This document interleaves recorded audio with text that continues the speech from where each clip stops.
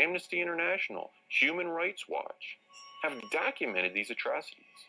Yet, Museveni is untouchable. Why is Museveni untouchable? Because he has the protection of the United States government. And until the United States government is done with him, nothing will ever happen to him. He will continue to be elected, and he'll continue to rule Uganda with an iron fist. America is part of the problem of Africa right now. Let me tell you this. Museveni's regime is sustained by the United States. And the United States is sustaining Museveni because of the Somali theater. If you remember very well, the Americans were badly beaten by those Somalis when they shot down their helicopter some years ago and they dragged a dead American on the streets.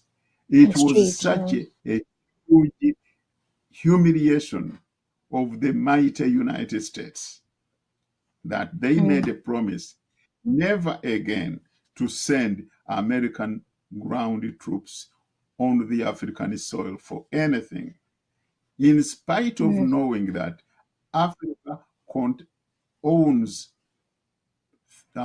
more than 30% of the natural resources found in the whole world. And they want to have those resources for their company, for their corporations. That's why they established the AFRICOM. Now, they found out that within the tribes of our area, the only people who have no royalty to any particular country, who have no feet on the ground of any country, are the Tutsis. So they can be used as a roving army to do whatever they want. If you remember, when the Americans stirred up the trouble in Darfur province, the first country that sent troops to Darfur was Rwanda. Soon after Kagame had just taken over Rwanda. They were not even in a position to control the entire country of Rwanda, but they were able to send troops to Darfur because they are operating on the orders of their boss. When Museveni was asked to send troops into Somalia, he said, yes, sir, and sent troops. Some of our boys have been killed there for no reason, but they are just there working as slaves of American military command. And so when Muhoozi goes to Somalia, definitely the American commanders who are sitting in comfortable, safe positions there, because they are not sitting in the front line to face fire. They are sitting there watching. Then they say, this boy is going to be good. Is going to be good. Because for them, this is a boy who will do a good job. So they will, and what Museveni is saying is, let the Americans also endorse this boy that he's doing a good job in Somalia, which is the only, it is 90% of Museveni's survival as a regime. The Somali connection.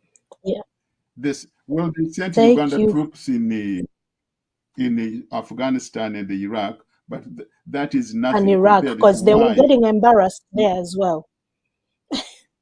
Oh yes, they were. They were getting embarrassed there as well. But the Uganda contribution in Somalia is a major factor why America is behind Museveni. America doesn't care about the human rights. And when I say America, well, America is a big country, but those pharaohs in the Pentagon and the CIA, they don't care about human rights. They are totally insensitive to humanity. It's the other Americans who will have the sensitivity to humanity, but not those guys in the Pentagon. They're just as ruthless as any other, character. Nevertheless, I want to make a clarity on what we said a little earlier on with respect to the Somali and the Americans. I think this is important to remind our listeners and the viewers. In my document to the Pentagon, on page 12, I quote an American colonel whom I met. I didn't put the town, but I met him in a town called Annapolis, Maryland, which is about 30 minutes away from Washington, D.C.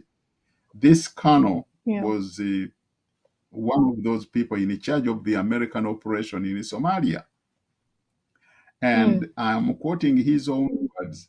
We are very well aware of Museveni's violations of human rights, corruption, stealing elections, and many other misdeeds. As long as he does what we ask him to do in Congo, Somalia, Sudan, Central African Republic, and the Middle East, we shall turn a blind eye on his misdeeds and continue supporting him. End quote. And that's what they have done and will continue to do. That's what they have done, and that's what they are doing, and that is what we have to. I'm trying to think of a better word in English. In Uganda, we say okukuba busu. That is maybe we can help me translate that in English. We have to disarm them with that kind of devilish mentality, because that is devilish mentality. I can't call it anything better than that. Of course, it's the real devils are here. It's unacceptable.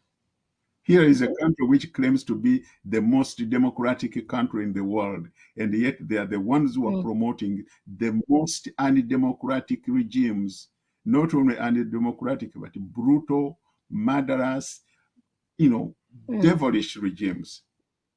Museveni's regime, I'm sure even if you sent it to hell, the devils would say, please don't bring them here. We don't want them.